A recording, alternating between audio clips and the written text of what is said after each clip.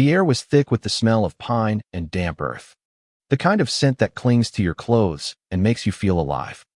My boots crunched on the gravel as I hauled the last cooler from the truck. The sun dipping low, painting the sky in streaks of orange and pink.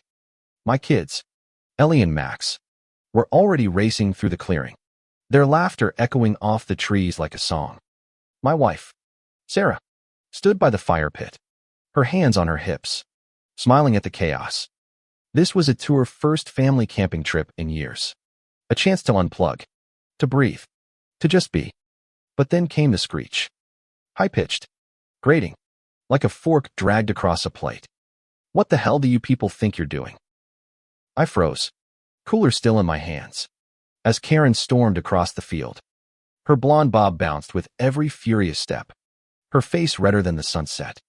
She was the HOA president of the gated community bordering this patch of land we'd been told was public, a forgotten slice of wilderness nobody claimed. Her voice cut through the evening like a siren. This is private property. You can't just set up your filthy tents here. I'm calling the cops. Ellie clung to Sarah's leg, her eyes wide.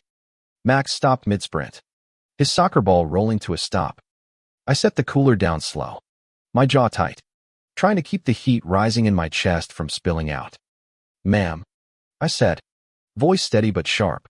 We checked with the county. This land's unclaimed. We're not breaking any laws. Karen's eyes narrowed, her lips pursing like she'd just sucked a lemon. She stepped closer, close enough I could smell her overpowering floral perfume, the kind that makes your nose itch. You think you can just waltz in here with your mess and ruin our property values? I know your type. You don't belong here. Her words stung, not just for me, but for Sarah, who'd spent weeks planning this trip, dreaming of s'mores and stargazing with the kids. I wanted to snap back, to tell her where she could shove her HOA rulebook, but I swallowed it. For now. That night, we camped anyway.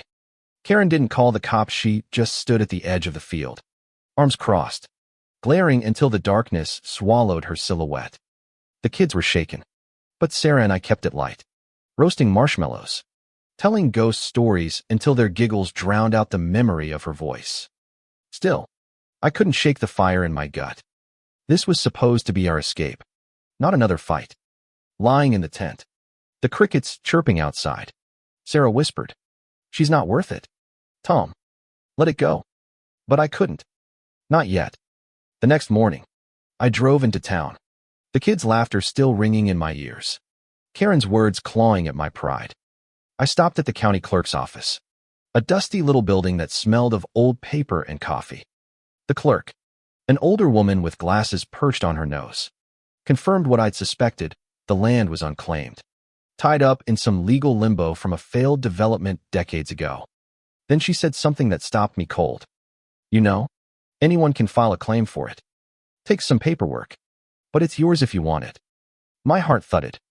I glanced at the map on her desk, that patch of green staring back at me. An idea sparked, wild and reckless, like a match catching dry grass. I didn't tell Sarah at first. I spent the next week buried in forms, phone calls, and savings accounts we'd sworn not to touch. Every night, I'd lie awake, the weight of it pressing on my chest. Could we really do this? Uproot our lives, risk everything. But then I'd remember Karen's sneer, her finger jabbing the air, her voice dripping with entitlement. You don't belong here. Oh, we'd belong. We'd make damn sure of it.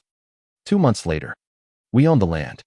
Not just a camp city, a full 20 acres of rolling hills, wildflowers, and a creek that gurgled like it was laughing. The kids were ecstatic, already planning tree houses and rope swings. Sarah was hesitant, her brow furrowed as we signed the deed. "This is crazy, Tom," she said, her voice soft but steady. "What if it doesn't work?" I squeezed her hand, the calluses on my fingers brushing her soft skin. "It'll work. It has to." We didn't just stop at owning it. We went all in. I quit my dead-end IT job, cashed out what was left of my 401k, and hired a contractor. We were building a ranch, not some cookie-cutter HOA mansion, but a real home, with a wraparound porch, a barn for horses, and a garden where Sarah could grow her tomatoes. The kids helped pick the paint colors, smearing swatches of blue and yellow on their cheeks like war paint. It felt like a dream, but every nail hammered into the frame, every board laid, was a middle finger to Karen and her pristine little world. Then came the twist.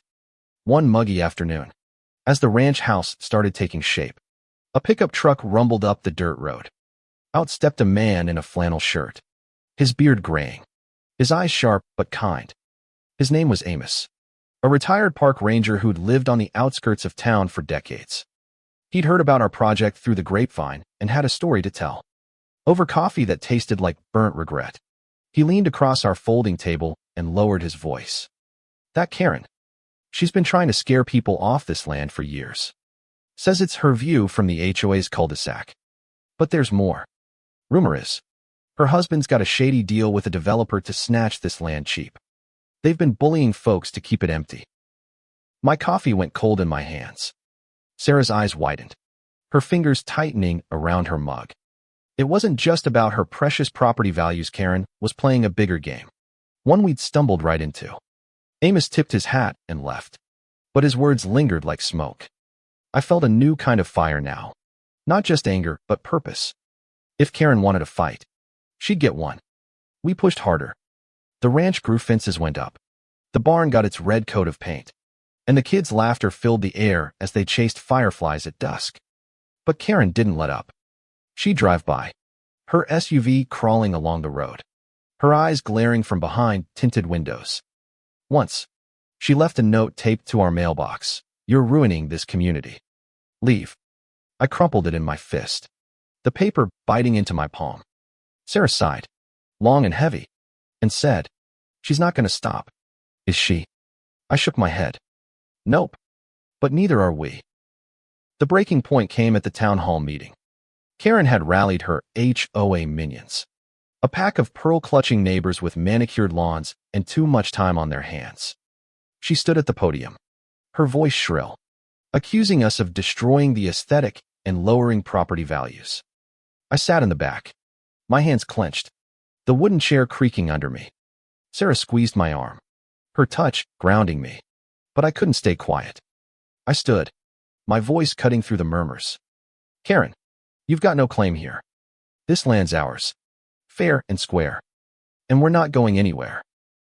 The room went silent. Her face twisted, her mouth opening and closing like a fish out of water. Then Amos stood up, his gravelly voice calm but firm. She's right about one thing: property values.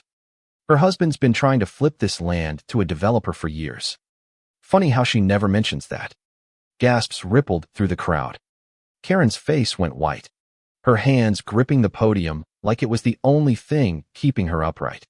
The truth was out, and it burned. The fallout was swift. The developer backed out once the town started asking questions. Karen's husband faced scrutiny, whispers of shady permits and backroom deals trailing him like a bad smell. The HOA elections came, and Karen was ousted, her reign of terror over. We didn't gloat, not publicly, but when I saw her SUV speed past our ranch for the last time, I let out a breath I didn't know I'd been holding. By spring, the ranch was done. The porch creaked under our weight as we sat there, Sarah's head on my shoulder. The kids sprawled on a blanket, counting stars. The air smelled of fresh paint and blooming wildflowers, the creek singing in the distance. Ellie looked up, her voice small but clear. Dad, are we home now? I smiled, my chest tight with something bigger than pride. Yeah, kiddo, we're home.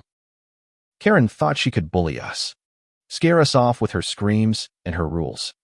But we didn't just fight back, we built something. A home, a life, a middle finger to every Karen who thinks they can control what's not theirs. Justice isn't always loud. Sometimes it's the quiet creak of a porch swing, the laughter of your kids, the feel of dirt under your nails. We didn't just win.